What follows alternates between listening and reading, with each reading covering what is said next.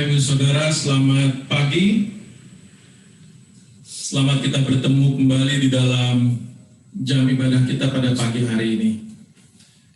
Saudara, kita akan nanti Pak Luki akan doa pembukaan, tapi terlebih dahulu kita memuji Tuhan. Ada satu pujian yang indah, pujian yang mungkin agak lama, tetapi mungkin beberapa saudara belum tahu. Kita akan bersama-sama belajar pujian ini. Bila ku melihat.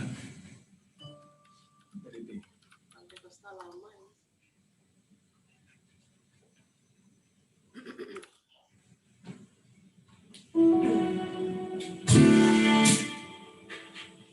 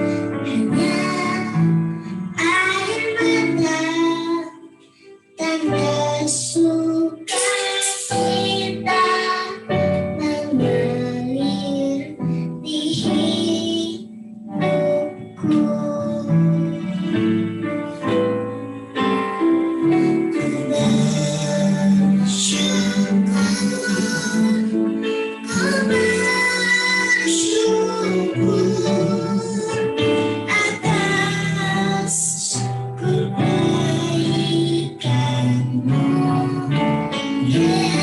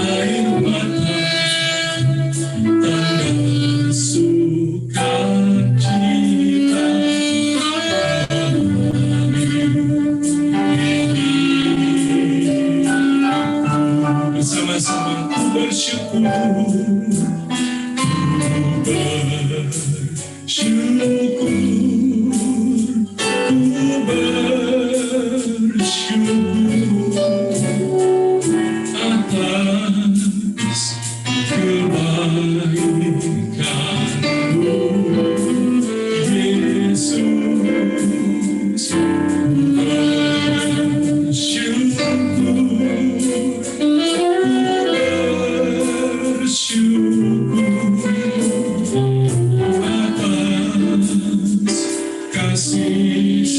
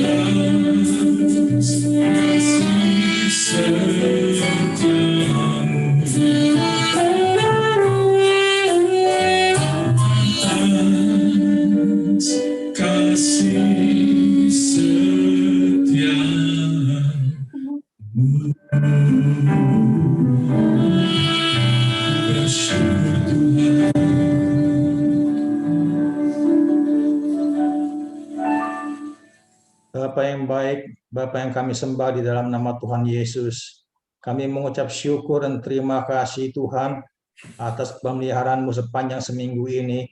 Bahkan kalau hari ini kami masih bisa ikut ibadah Zoom, ini semua adalah kasih dan kebaikan-Mu Tuhan. Terima kasih Bapa untuk semuanya ini. Kami undang Tuhan Yesus hadir di tengah-tengah kami. Kiranya Bapa Surgawi lah yang memimpin, membimbing, dan lindungi dalam ibadah pagi hari ini. Segala kuasa setan iblis yang mencoba mengganggu kami tengking keluar dalam nama Tuhan Yesus. Kami serahkan kebaktian pagi hari ini ke dalam tangan-Mu ya Tuhan. Dalam nama Yesus Kristus kami berdoa mengucap syukur. Amin. Amin. Terima kasih Bapak Luki untuk doa pembukaannya. Baik saudara, kita mau bersama-sama memuji Tuhan. Mungkin saya mau lihat tangan-tangan yang siap memuji Tuhan di layar. Haleluya, haleluya. Ada satu pujian yang cukup lama, mungkin tahun 80-an. Jadi kalau anak muda sekarang bilang pujian tahun jebot katanya.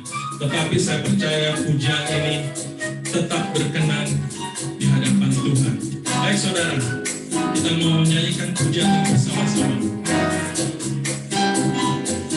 Sungguh senang dengan pondok di sini, sedikit perak dan sedikit mas di kota Allah. Kita telah bercahaya, ku mohon rumah dan mahkota mas. Kulihat rumah di sebelah putih, di negeri indah beserta Yesus. Sekali di sana tanpa satu tangisan, ku mohon rumah emas sungguh. I'm satisfied with just about this below, a little silver and a little gold. But in that city where ransom will shine, I want a gold one, that silver line. I've got a mansion just over the hilltop in that bright land.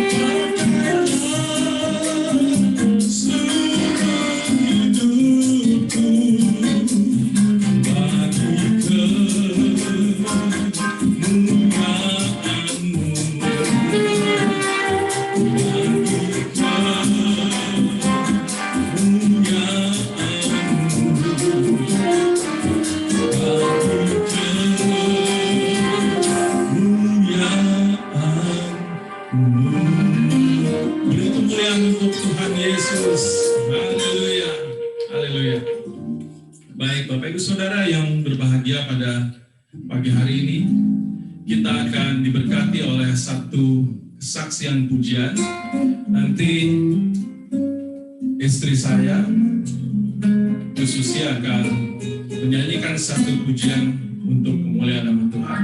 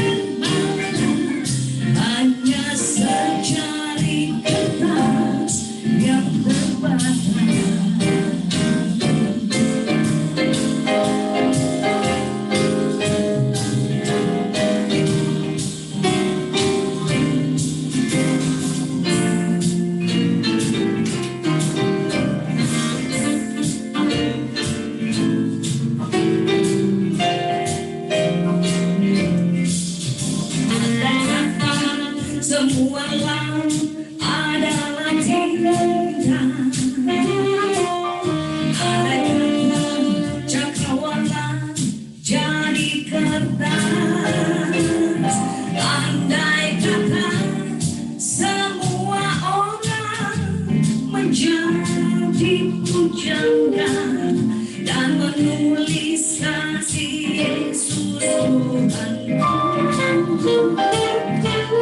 Air laut pun kering dan langit pun tak cukup menguat semua kisahnya.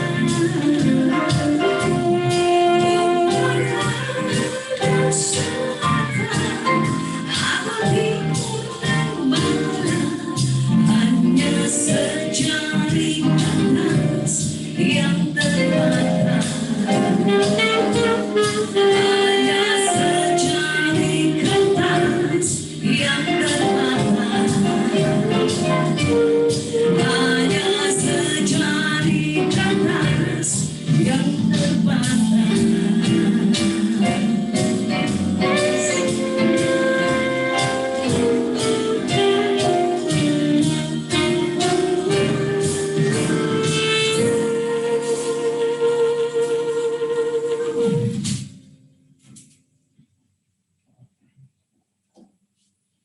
Ya, puji Tuhan.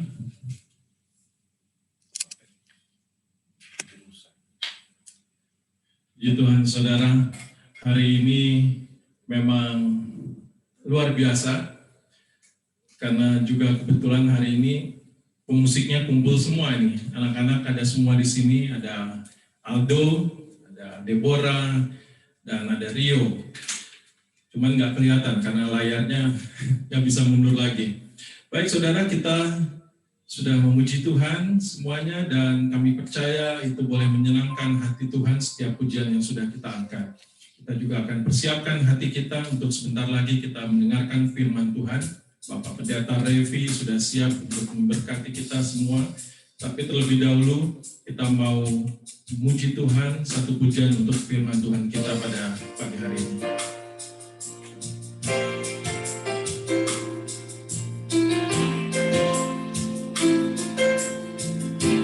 Pribadi yang mengenal hatiku.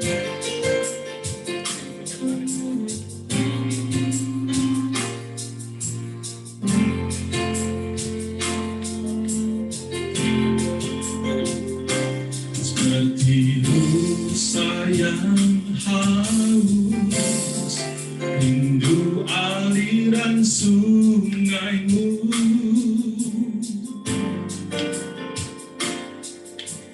Hatiku tak tahan menunggumu.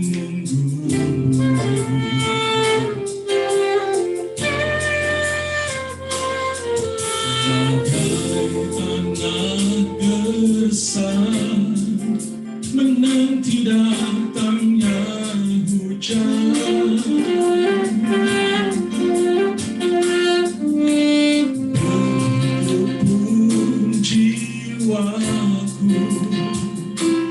Tuhan, katakan hanya Engkau, hanya Engkau. Pribadi yang mengenal hatiku, hanya yang tersembunyi hatimu, sungguh isi hatiku.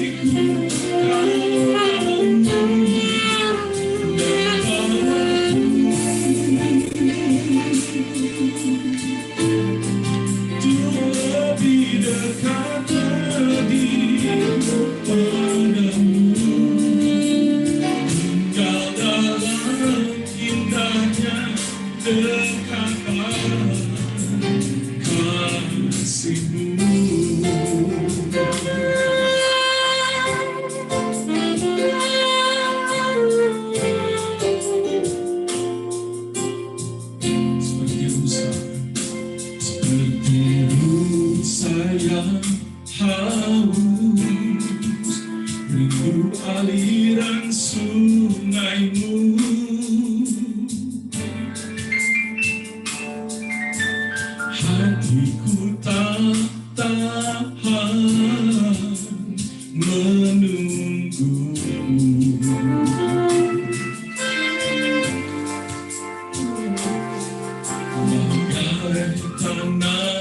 gersang menanti datangnya hujan.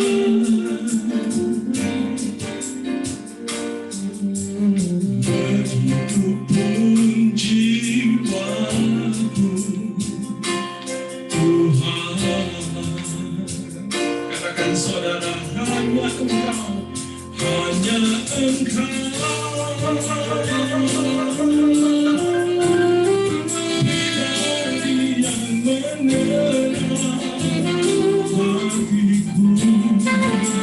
Tiada yang tersembunyi bagimu, seluruh isi hatiku kau membawaku untuk lebih dekat lagi padamu.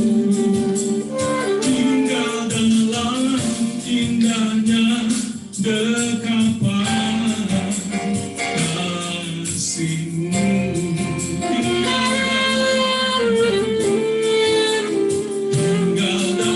indahnya dekapan kasih-Mu, tinggal dalam indahnya dekapan.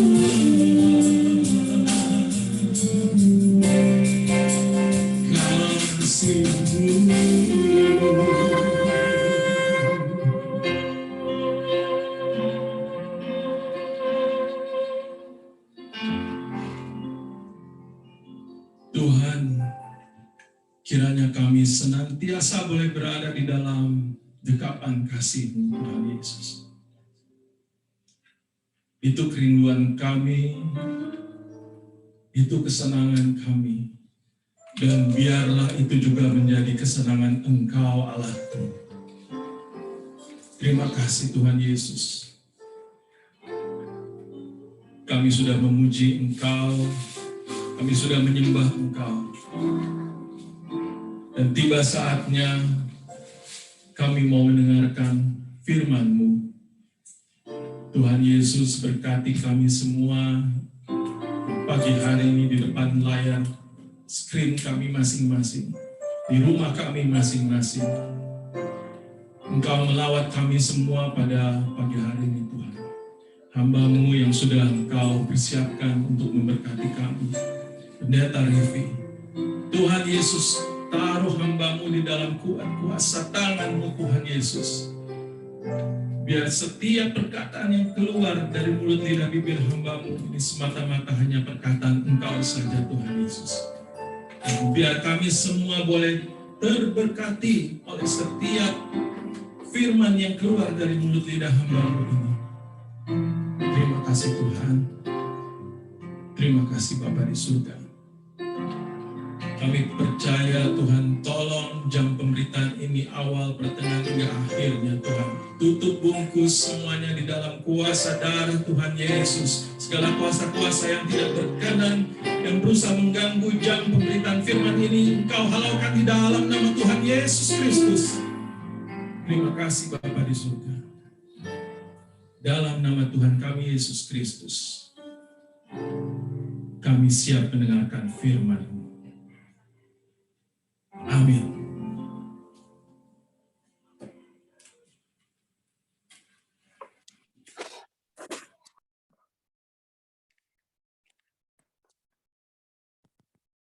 Selamat pagi semua. Kalau yang bisa dengar, ya puji Tuhan, terima kasih. Senang sekali saya bisa berbicara di depan saudara semua pada pagi hari ini, tapi sebelum saya sampaikan firman Tuhan, sekali lagi saya mau ucapkan selamat ulang tahun ke Tante Lydia yang ke-72. Semoga Tuhan selalu berkati kesehatan Tante, keluarga Tante, dimanapun Tante berada. Tuhan selalu serta. Dan saya lihat bajunya Tante Lydia juga bagus hari ini ya. Warna merah, tangannya, tangan panjang sebelah, tangan pendek sebelah, kalau saya nggak salah lihat. Tapi satu lagi juga saya mau ucapkan selamat ulang tahun ke Evelyn, ya, putri dari keluarga Om Teddy dan Ci Melda. Walaupun Evelynnya tidak bersama dengan kita di sini, tapi papa mamahnya ada di sini. Biarlah Evelyn juga boleh dapat berkat yang senantiasa luar biasa. Dan saya juga baru dapat kabar, ini tambahan, Om Rudi juga ulang tahun katanya ya. Jadi saya ucapkan juga selamat ulang tahun, Tuhan senantiasa berkati, sertai kita semua, khususnya yang ulang tahun, semoga mendapat kebahagiaan selalu dari Tuhan. Nah puji Tuhan saudara, pagi hari ini kita akan belajar firman Tuhan dari tema yang sudah ada, yaitu Mazmur lagi. Yesaya 64 ayat 8. Coba kita baca dulu saudara sebentar, Yesaya 64 ayat 8.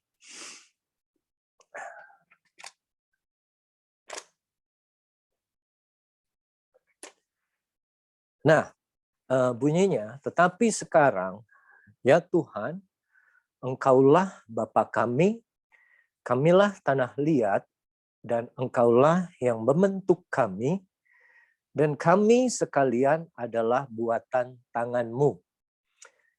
Nah, Bapak, Ibu, Saudara yang saya kasihi, tentunya kita semua sudah belajar minggu lalu dari Pendeta Nemo, bahwa ini bicara mengenai apa. Tanah liat bicara mengenai bangsa Israel. Dan penjunan, sang tukang periuk itu adalah Tuhan kita Yesus Kristus. Dan yang digambarkan oleh Nabi Yesaya pada Fatsal 64 ayat ke-8, hanya menunjukkan bahwa bangsa Israel hanyalah sebuah tanah liat yang tidak mampu, yang tidak ada harganya, yang tidak bisa berdiri sendiri, dan yang tidak bisa membentuk dirinya sendiri. Tanah liat tidak seperti air. Air disimpan di mana saja, air akan membentuk sesuai dengan tempatnya di mana dia berada. Tapi tanah liat adalah satu bahan yang padat, yang kaku. Yang kalau kita tidak bisa mengolahnya, bahan yang keras. Oleh karena itu perlu ada tangan seorang yang ahli untuk membuat tanah liat yang tidak berbentuk, tidak berharga, menjadi sesuatu yang berbentuk dan berharga. Dalam Yesaya 64, Nabi Yesaya mengingatkan kembali kepada Tuhan, Bapak jangan lupa, ini bangsa Israel adalah anakmu, adalah tanah liatmu. Kami ada terbentuk menjadi satu bangsa, ini semua karena Engkau yang bekerja di dalam hidup kami. Nah ini dilanjutkan oleh Nabi Yeremia. Kita tidak perlu buka, tapi dalam Yeremia 18 dan Yeremia 19. Di situ Yeremia disuruh pergi oleh Tuhan ke tukang periuk untuk mempelajari, melihat bahwa di tangan seorang tukang periuk, bejana yang rusak pun bisa diperbaiki oleh Tuhan. Bangsa Israel digambarkan sebagai bejana yang rusak. Seandainya bangsa Israel mau bertobat saat itu, kembali kepada Tuhannya, maka sang penjunan itu memberi kesempatan yang kedua. Dia akan perbaiki kembali bejana yang rusak itu menjadi sesuatu yang indah. Dikembalikan menjadi fungsi awalnya. Tapi di Yeremia 19, Tuhan bicara kembali ke Yeremia. Pergi, beli buli-buli dari tanah liat. Dan pendek cerita Yeremia beli itu buli-buli. Tuhan suruh pergi ke satu gerbang di depan ketua-ketua bangsa. Dan disuruh pecahkan buli-buli itu. Dan itu cerita bagaimana bangsa Israel yang sudah tidak bisa bertobat, tidak mau bertobat, hatinya keras, tidak mau kembali kepada Tuhan. Tuhan bilang, aku bisa pecahkan kamu kalau kamu tidak mau bertobat. Nah, itu latar belakang, saudara. Bagaimana cerita mengenai bejana, tanah liat, dan sang penjunan Tuhan kita itu yang ada di dalam kitab Nabi Yesaya dan Nabi Yeremia. Nah, saya tidak mau bicara hal itu lebih lanjut karena Nemo sudah jelaskan dengan sangat baik minggu lalu. Tapi kita coba belajar hal yang lain. Kita akan buka di 2 Korintus 4. Saudara, 2 Korintus 4. Ini adalah satu surat oleh Paulus kepada jemaat di Korintus. Ayat yang pertama. Kita akan baca ayat pertama sampai ayat yang ke-7. Ya, saya akan baca secara cepat. Oleh kemurahan Allah kami telah menerima pelayanan ini. Karena itu kami tidak tawar hati. Ayat 2. Tapi kami menolak segala perbuatan tersembunyi yang memalukan. Kami tidak berlaku licik dan tidak memalsukan firman Allah. Sebaliknya kami menyatakan kebenaran. Dan dengan demikian kami menyerahkan diri kami untuk dipertimbangkan oleh semua orang di hadapan Allah. Ayat yang ketiga. Jika Injil, saudara catat, jika Injil yang kami beritakan masih tertutup, maka ia tertutup untuk mereka yang akan binasa. Ayat 4. Yaitu orang-orang yang tidak percaya, yang pikirannya telah dibutakan oleh ilah zaman ini. Sehingga mereka tidak melihat cahaya Injil tentang kemuliaan Kristus yang adalah gambaran Allah. Ayat kelima. Sebab bukan diri kami yang kami beritakan, tapi Kristus Yesus sebagai Tuhan, dan diri kami sebagai hamba-Mu karena kehendak Yesus. Nah, kalau saudara hanya sekedar baca ayat pertama sampai kelima, itu memang ayat yang cukup sulit untuk kita pahami. Tapi poin yang akan saya sampaikan pada pagi hari ini ada di ayat ke-6 dan 7. Mari kita lihat bersama. Sebab Allah yang telah berfirman, dari dalam gelap akan terbit terang. Ia juga yang membuat terangnya bercahaya di dalam hati kita. Supaya kita beroleh terang dari pengetahuan tentang kemuliaan Allah yang nampak pada wajah Kristus. Poin utamanya ada di ayat ke-7. Tetapi harta ini kami punyai dalam bejana tanah liat. Supaya nyata bahwa kekuatan yang melimpah-limpah itu berasal dari Allah, bukan dari diri kami. Saudara yang kekasih, di Perjanjian Lama, Yesaya dan Yeremia menggambarkan bejana itu adalah bangsa Israel. Jangan lupa, gambaran bejana itu adalah bangsa Israel. Yang dibentuk, yang dibuat oleh Tuhan menjadi satu bangsa untuk satu tujuan tertentu.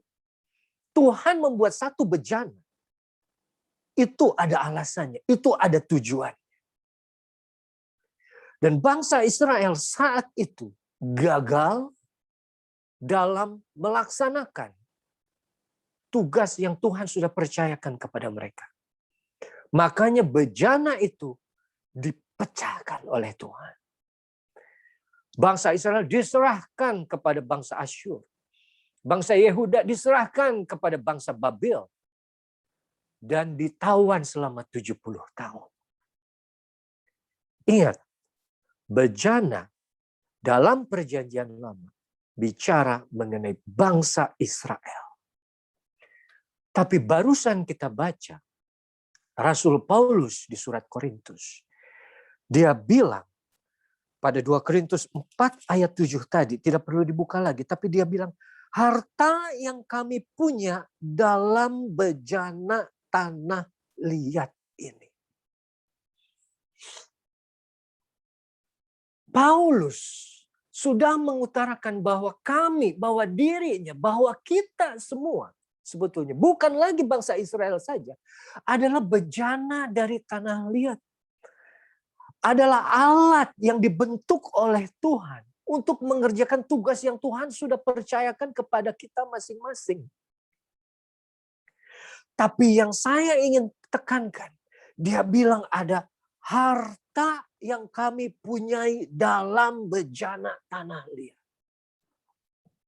Dalam Yesaya dan Yeremia tidak dikatakan isi dari bejana itu. Yeremia dan Yesaya hanya mengatakan bahwa bangsa Israel dari tanah dibentuk menjadi bejana saja. Tidak diceritakan ada isinya atau tidak diceritakan. Tapi Paulus bilang bahwa dalam diri ini, bejana tanah liat ini, dalam diriku ini ada harta yang kami punya. Apa harta itu? Dalam ayat ke-6 saya bacakan untuk saudara. Harta itu adalah Allah yang telah berfirman, yang membuat terangnya bercahaya di dalam hati kita, supaya kita beroleh terang dan pengetahuan tentang kemuliaan Allah yang nampak pada wajah Kristus. 2 Korintus 4 ini berkata mengenai Injil, mengenai berita baik, mengenai Yesus, itu harta yang Rasul Paulus bilang, yang maksudkan ada di dalam bejana tanah liat, ada di dalam dirinya. Dan di ayat ke-6 dia bilang, terang itu akan bersinar, bercahaya. Dari dalam gelap akan terbit terang. Hati manusia menurut Yeremia 17, hati yang jahat. Sangat jahat. Bisa menipu kita sendiri. Dalam Matius berkata, Tuhan Yesus berkata, bahwa apa yang keluar dari mulut, itu keluar timbulnya dari hati. Apa yang keluar dari kata-kata, dari ucapan, dari tindakan, dari perbuatan, semua dari hati. Hati kita adalah satu hati yang gelap. Hati manusia yang tidak mengenal Yesus adalah hati yang gelap, hati yang jahat. Tapi Paulus bilang, kami punya harta yang berharga. Dan harta yang berharga itu adalah terang dari Injil Kristus. Saudara, mari kita ingat, apabila kita belajar sejarah, saudara. Kalau saudara yang suka barang-barang antik, banyak penggalian-penggalian dari peninggalan-peninggalan 1, 2, 3, 4, 10, 11, 20 abad yang lalu. Dari Cina digali. Ditemukan fase, ditemukan bejana dari dulu. Dan indah-indah itu mereka. Berharga, mahal nilainya. Berdasarkan apa, saudara? Berdasarkan tuanya dari fase itu. Dan juga berdasarkan indahnya bejana atau fase-fase itu yang ditemukan. Dari warnanya, dari gambarnya, dari garis-garis yang ada. Semua itu menjadikan satu bejana yang indah. Dan itu yang bikin mahal. Tapi saudara perhatikan tidak? Semua bejana yang ditemukan, yang digali hasil dari peninggalan kerajaan-kerajaan kuno itu yang disebut indah atau bernilai. Selalu kosong dalamnya. Kosong dalamnya. Saat dipamerkan mereka sebagai satu vas, satu bejana yang kosong. Tidak ada isinya. Mereka hanya indah luarnya saja. Apa yang nampak oleh luar. Buatan manusia. Tapi jangan lupa, saudara. Apapun yang diciptakan Tuhan. Apapun alat yang diciptakan. Termasuk bejana pun. Itu harus ada fungsinya. Fungsi dari bejana adalah menyimpan sesuatu. Jadi Paulus bilang, harta yang kami miliki dalam bejana tanah liat ini, itu yang akan membuat kami berbeda dari yang lain. Nah, coba saudara kita buka dulu di Hakim-Hakim 7. Saya akan coba sesingkat mungkin. Hakim-Hakim 7, ini cerita mengenai Gideon. Mengenai Gideon yang melawan musuh orang Midian dan Amalek dengan 300 tentara saja dia bisa menang. Nah, kita akan buka Hakim-Hakim 7 ayat yang ke-16 kita mulai baca. Ayat yang ke-16. Sesudah itu dibaginya lah ke 300 orang itu dalam 3 pasukan. Dan ke tangan mereka semuanya, ke tangan 300 orang itu diberikannya apa? Sangkakala 1, 2, buyung kosong, 3, dengan suluh di dalam buyung itu. Ada sangkakala, ada buyung kosong atau bejana tempat minum, dan suluh atau obor di dalam buyung itu. Baca selanjutnya. Dan ia berkata kepada mereka, perhatikan aku, lakukan seperti yang kulakukan. Apabila aku sampai ke ujung perkemahan, haruslah kamu lakukan seperti yang kulakukan. Ayat 18. Apabila aku dan semua orang yang bersama dengan aku meniup sangkakala, maka haruslah kamu juga meniup sangkakala sekeliling seluruh perkemahan itu dan berseru demi Tuhan dan demi Gideon. Ayat 19. Lalu Gideon dan ke-100 orang bersama dengan dia sampai ke ujung perkemahan itu pada waktu permulaan giliran jaga tengah malam. Catat saudara, tengah malam. Malam selalu bicara kegelapan. Tadi kita baca apa? Dari dalam gelap akan terbit terang. Ketika penjaga baru saja ditempatkan, lalu mereka meniup sangkakala sambil memecahkan buyung yang di tangan mereka. Ayat berikutnya. Ayat berikutnya. Demikianlah ketiga pasukan itu bersama-sama meniup sangkakala dan memecahkan buyung. Lalu dengan memegang obor di tangan kirinya dan sangkakala di tangan kanannya untuk ditiup serta berseru, pedang demi Tuhan dan demi Gideon.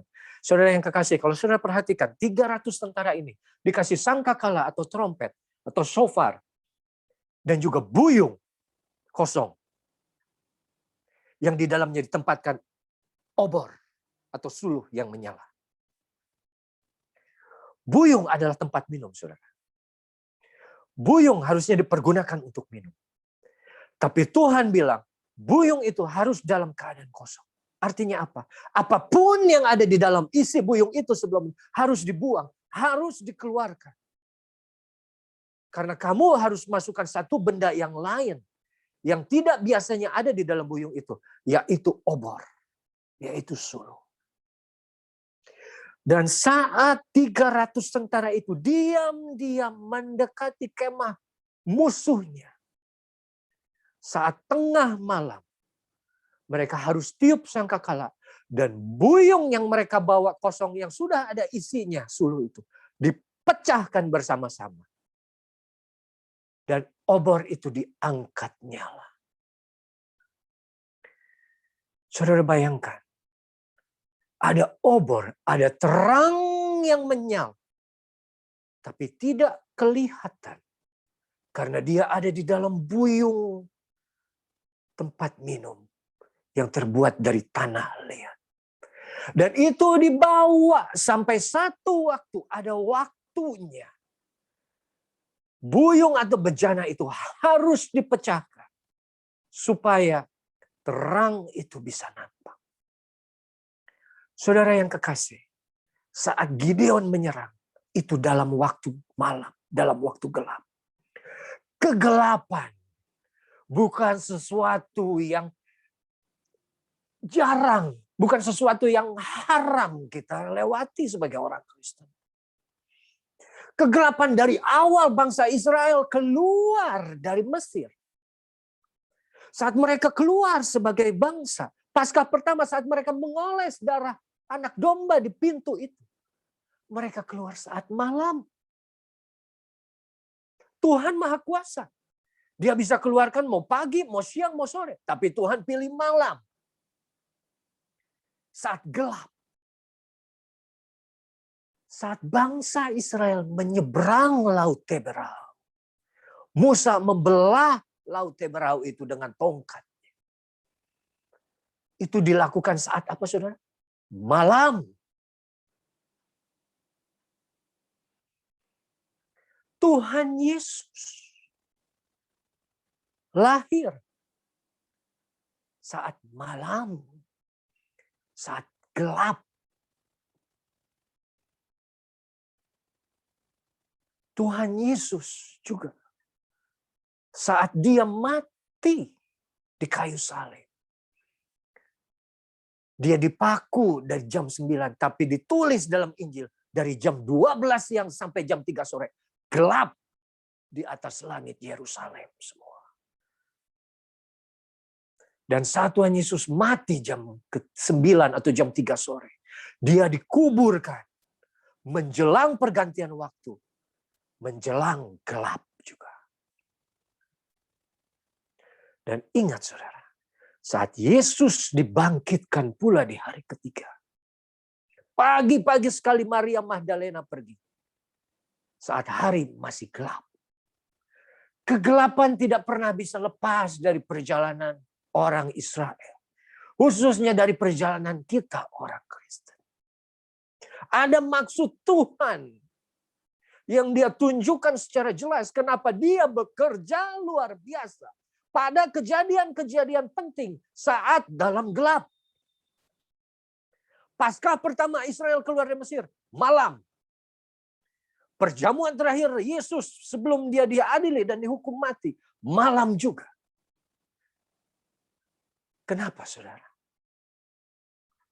Karena saat malam, saat kita dalam kegelapan, justru di situ perbuatan terang Tuhan, pembelaan Tuhan akan nampak jauh lebih jelas di dalam kehidupan kita. Oleh karena itu, Tuhan izinkan kadang kita bekerja, kita alami kegelapan, agar kita bisa merasakan terangnya Tuhan. Tapi jangan lupa,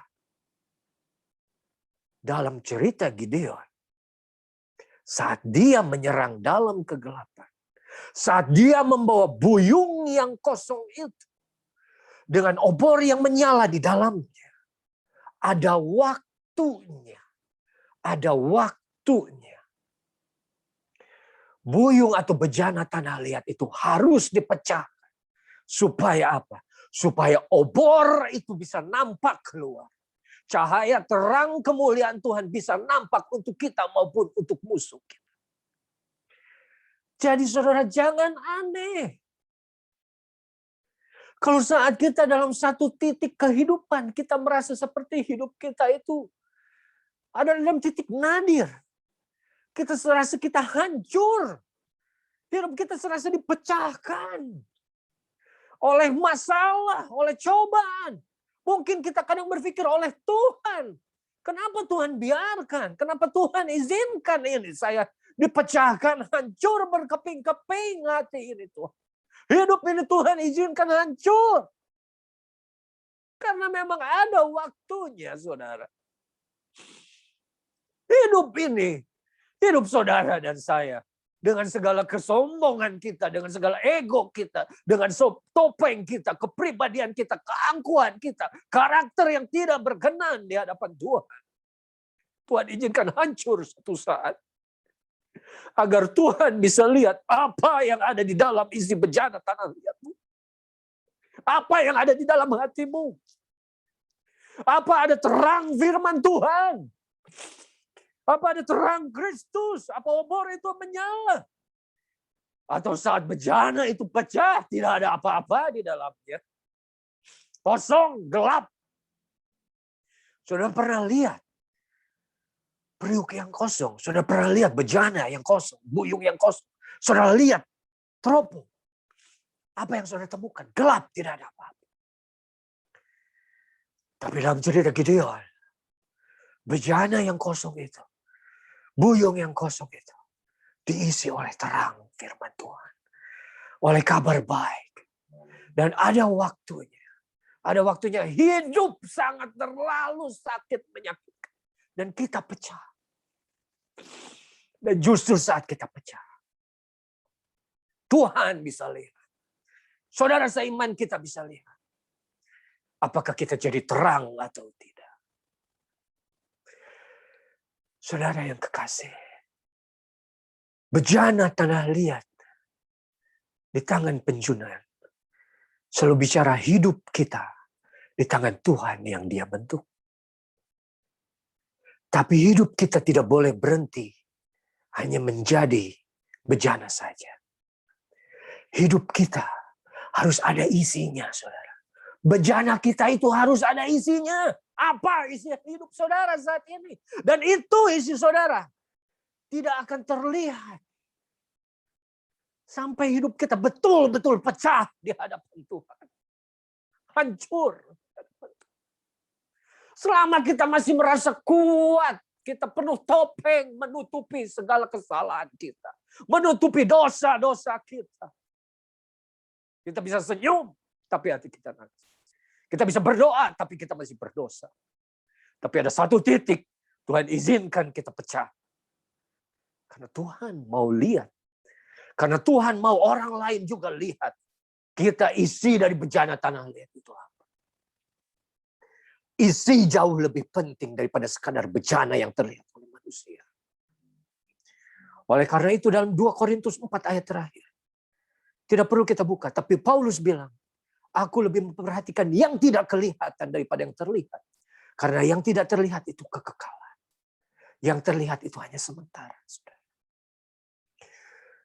Saya mau tutup dengan satu cerita. Judul khotbah saya adalah isi dari kegelapan. Kegelapan, apapun yang hidup dari kegelapan, itu yang membuat kita berbeda dengan orang lain. Saudara, saat Yesus lahir di Bethlehem, di kandang domba, tertulis dalam Injil bahwa dia dibaringkan dalam palungan. Palungan itu apa? Tempat makan, saudara. Tempat makanan hewan. Yang terbuat dari apa? Dari kayu. Dari sesuatu yang tidak berharga. Yang tidak pernah dianggap manusia. Tapi apabila palungan itu, yang biasanya menjadi tempat makanan hewan, lalu ada bayi Yesus lahir di situ. Yang adalah roti hidup. Yang dia berkata, barang siapa yang memakan tubuhku, dia akan hidup selama-lamanya.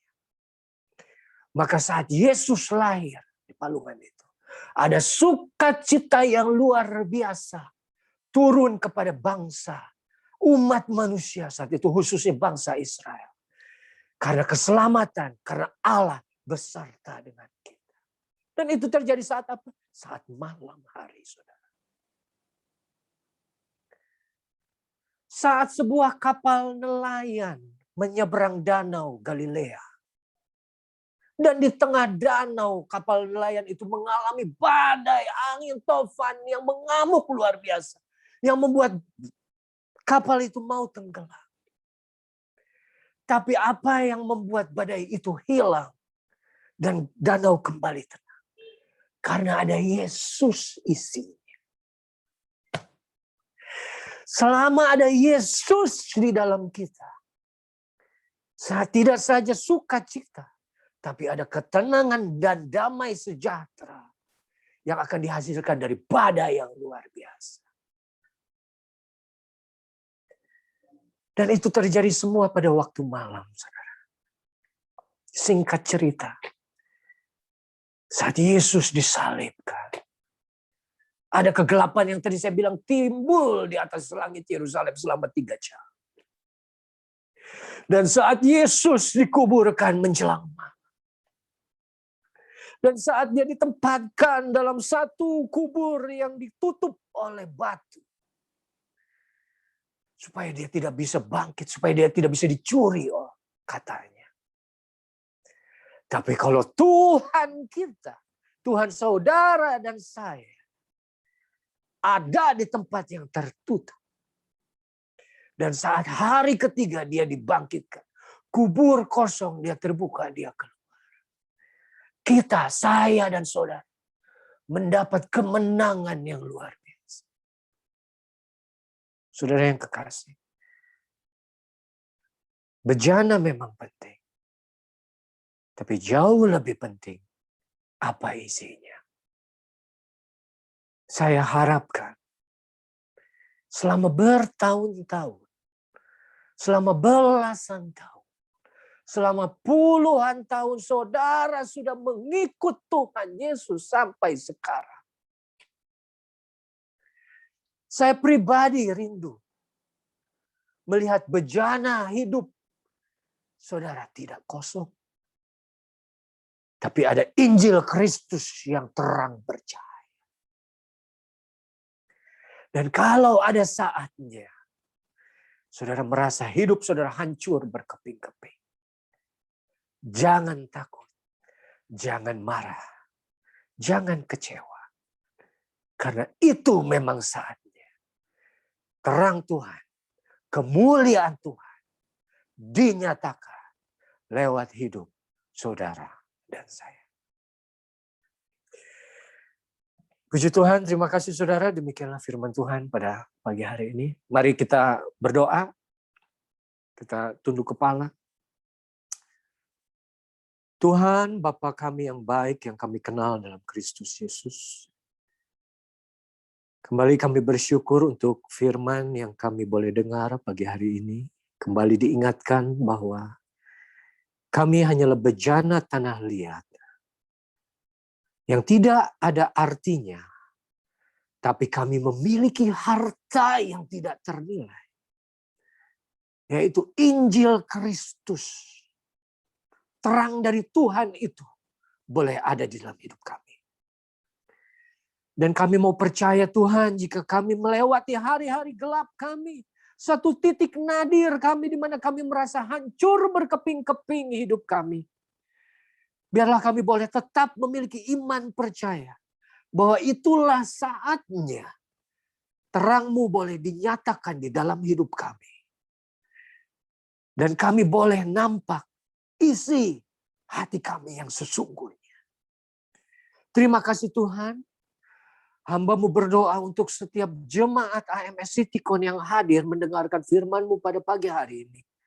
Mulai dari yang paling muda sampai yang paling tua. Mulai yang masih sekolah maupun yang sudah berusaha bekerja maupun kuliah Tuhan. Engkau yang maha tahu, Engkau yang maha pengasih dan maha penyayang. Engkau yang melawat mereka, menjamah mereka. Engkau tahu kebutuhan setiap mereka. Hamba-Mu tidak tahu, tapi hamba-Mu percaya Roh Kudus-Mu senantiasa bekerja dengan tidak pernah henti-hentinya. Setiap waktu, setiap hari, setiap saat di dalam kami masing-masing. Khususnya pagi hari ini. Tuhan jamah, Tuhan rubahkan. Haleluya, biarlah dalam bejana tanah kami boleh ada terang dari Injil Kristus itu. Terima kasih Tuhan. Terima kasih Bapa. Beri hati kami yang lembut, yang mau menjadi tanah yang baik. Yang taat. Mendengar dan melakukan firman-Mu. Hanya di dalam nama Tuhan Yesus Kristus kami alaskan doa kami ini. Haleluya. Amin. Terima kasih, saya kembalikan kepada pembawa acara. Ya, terima kasih Pak Pendeta Revi yang sudah memberkati kita semua pada pagi hari ini. Dan kita semua harus siap ya untuk jadi bejana di hadapan Tuhan, siap dibentuk terus untuk kesempurnaan.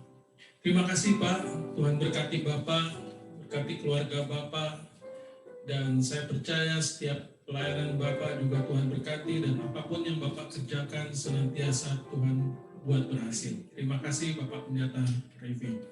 Baik Bapak Ibu Saudara yang kasih Tuhan, ada 1-2 pengumuman yang sebentar lagi rekan kita seiman Bapak Pendeta Gunadi akan sampaikan untuk kita semua. Bapak Gunadi. Mungkin ini nubuatan ya. Pak Gunadi, saya persilahkan. Selamat pagi saudara-saudara kekasih, selamat bertemu kembali. Pagi ini ada beberapa pengumuman yang mau saya sampaikan.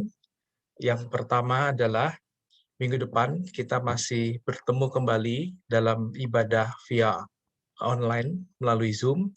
Ada jam 8.15 itu ada doa Bestone. Kami tetap mengundang saudara-saudara yang belum ikut dalam doa Bestone untuk ikut bersama berdoa, dan juga dilanjutkan dengan ibadah jam 9. Selanjutnya, untuk saudara yang butuh dukungan doa dan atau ingin memberikan kesaksian, baik pujian, dapat menghubungi Ibu Fungling atau Ibu Lingling informasinya paling lambat diterima atau disampaikan hari Sabtu sebelum ibadah kita lakukan. Selanjutnya untuk sekolah minggu, hari ini ada ibadah online via YouTube jam 9.15 dan setiap minggu kita juga akan ada ibadah online untuk anak-anak sekolah minggu via YouTube. Untuk informasi lebih lanjut, saudara-saudara bisa menghubungi Ibu Henny atau Ibu Sandy di nomor handphone yang tertera. Dan juga untuk anak-anak untuk yang masih bersekolah di kelas 5 sampai kelas 9, itu kita juga mengadakan ibadah via online melalui Zoom. Itu setiap hari Jumat, sudah 2 minggu ini, Jumat kemarin, itu peserta juga sudah bertambah, puji Tuhan, dan kami tetap mengundang untuk saudara yang punya anak-anak yang masih usia kelas 5 sampai kelas 9, atau cucu, bisa ikut dalam ibadah Zoom PDAMS. Untuk informasi undangan atau invitation Zoom-nya bisa menghubungi Ibu Sandy atau Ibu Mary di nomor handphone yang tertera. Dan selanjutnya untuk dewasa muda dan juga remaja, itu setiap Sabtu kita sudah 2 bulan lebih juga kita mengadakan ibadah via Zoom setiap hari Sabtu jam 7:30 malam. Untuk informasi atau undangan via Zoom-nya bisa menghubungi Ibu Fungling atau Ibu Lingling. Jadi saudara, dari usia anak-anak sampai usia remaja dewasa itu kita ada ibadah, karena kita tahu anak-anak itu sekarang sekolah juga via online, dan mana online itu juga mereka bisa mendapatkan hal-hal yang mungkin di luar yang kita harapkan. Oleh karena itu maka perlu kita isi dengan ibadah dan juga pengetahuan lebih dalam mengenai persekutuan bersama dengan saudara-saudara seiman dan juga pengetahuan mengenai Alkitab.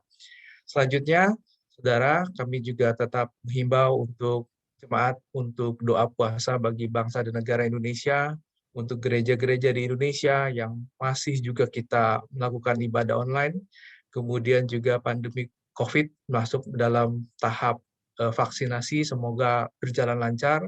Untuk Sekolah Alkitab Cianjur dan juga PDAMS, di mana bulan ini, saudara, tepat kita sudah 1 tahun tidak bisa berkumpul, beribadah via offline atau bertemu, namun kita berdoa dengan ibadah online pun kita mendapatkan berkat-berkat dari firman yang ditaburkan oleh pendeta. Selanjutnya, untuk jemaat yang ingin memberikan persembahan atau kolekte bisa mentransfer ke rekening Yayasan Kabar Baik di nomor BCA yang tertera. Atas nama Yayasan Kabar Baik, Ibu Gembala mengucapkan terima kasih kepada saudara-saudara yang telah memberikan kolekte untuk Yayasan Kabar Baik. Sekian pengumuman, Tuhan Yesus memberkati.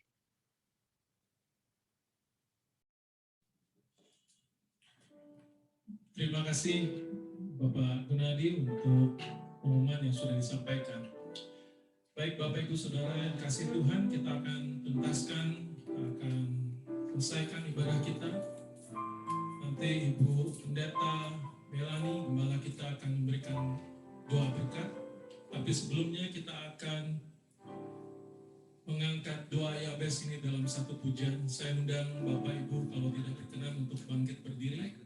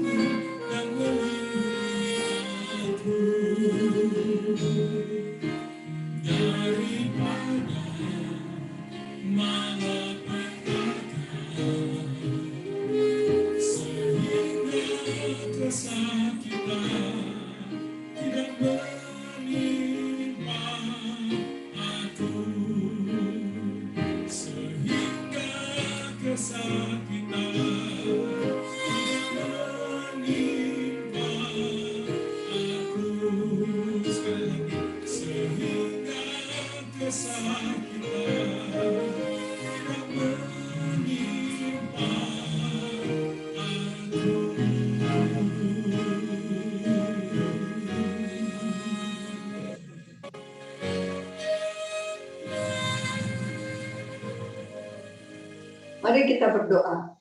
Terima kasih kembali kami datang kepadamu Tuhan pada akhir dari ibadah Zoom ini. Kami mengucap syukur, segala puji hormat Tuhan kami kembalikan kepadamu. Engkau yang layak kami tinggikan. Terima kasih Tuhan, setiap kali kami boleh mendengar firman-Mu yang akan mengisi bejana-bejana hati kami, sehingga bejana hati kami Tuhan boleh dipenuhi dengan kebenaran, dengan apapun yang dari Engkau Tuhan Yesus, yang baik, yang indah, dan yang benar. Terima kasih Tuhan, terima kasih. Kalau Engkau selalu ada buat kami Yesus, dalam segala keadaan Tuhan, Engkau ada buat kami. Terima kasih Tuhan, kami berdoa untuk saudara-saudara kami yang berulang tahun, biarlah Engkau juga yang menolong mereka. Kalau hari-hari yang lalu Engkau sudah tolong sampai hari ini, besok dan selamanya Tuhan Engkau juga memberkati mereka Tuhan dengan damai sejahtera-Mu, dengan sukacita-Mu Tuhan yang tidak pernah berhenti dari Engkau. Terima kasih Tuhan. Kami mengucap syukur untuk saudara-saudara kami yang sudah disembuhkan, sudah dipulihkan dari segala sakitnya, dari pandemi COVID ya Tuhan. Engkau yang sudah bekerja dalam pemulihan ini Tuhan. Biarlah kami juga selalu menghargai apa yang Engkau sudah buat dalam kehidupan kami Tuhan Yesus. Engkau yang memberkati kami dalam segala pekerjaan kami. Engkau yang menolong kami Tuhan, yang dalam keadaan susah Engkau bangkitkan ya Tuhan. Berikan kembali semangat Tuhan dalam hidup kami Tuhan. Dari yang paling usia muda, dari sekolah minggu sampai kepada kaum remaja, kaum muda, yang dewasa, usia lanjut ya Tuhan. Semua Tuhan Engkau lawat satu persatu Yesus, karena Engkau ada di mana-mana Tuhan. Terima kasih Tuhan, terima kasih. Sampai hari ini kami percaya kepada kuasa-Mu yang tetap menyertai kami, kepada mujizat-Mu yang tetap ada Tuhan. Menolong kami, terima kasih. Sebentar kami berpisah satu dengan yang lain, tapi Engkau tidak pernah berpisah dengan kami ya Tuhan Yesus. Engkau selalu ada. Dan kiranya anugerah berkat dari Allah Bapa, kasih sayang dari anak-Mu Yesus Kristus, serta persatuan-Mu dalam Roh Kudus yang mengikat kami menjadi satu. Tidak ada satu hal pun yang bisa menceraikan kami, karena Engkau dengan kuasa Roh Kudus-Mu begitu berkuasa ya Tuhan Yesus, melingkupi kami Tuhan, memimpin kami Tuhan Yesus hari lepas hari. Terima kasih Tuhan, terima kasih Yesus. Kami berdoa dan mengucap syukur hanya di dalam nama Tuhan Yesus Kristus. Haleluya, haleluya. Amin. Tuhan memberkati.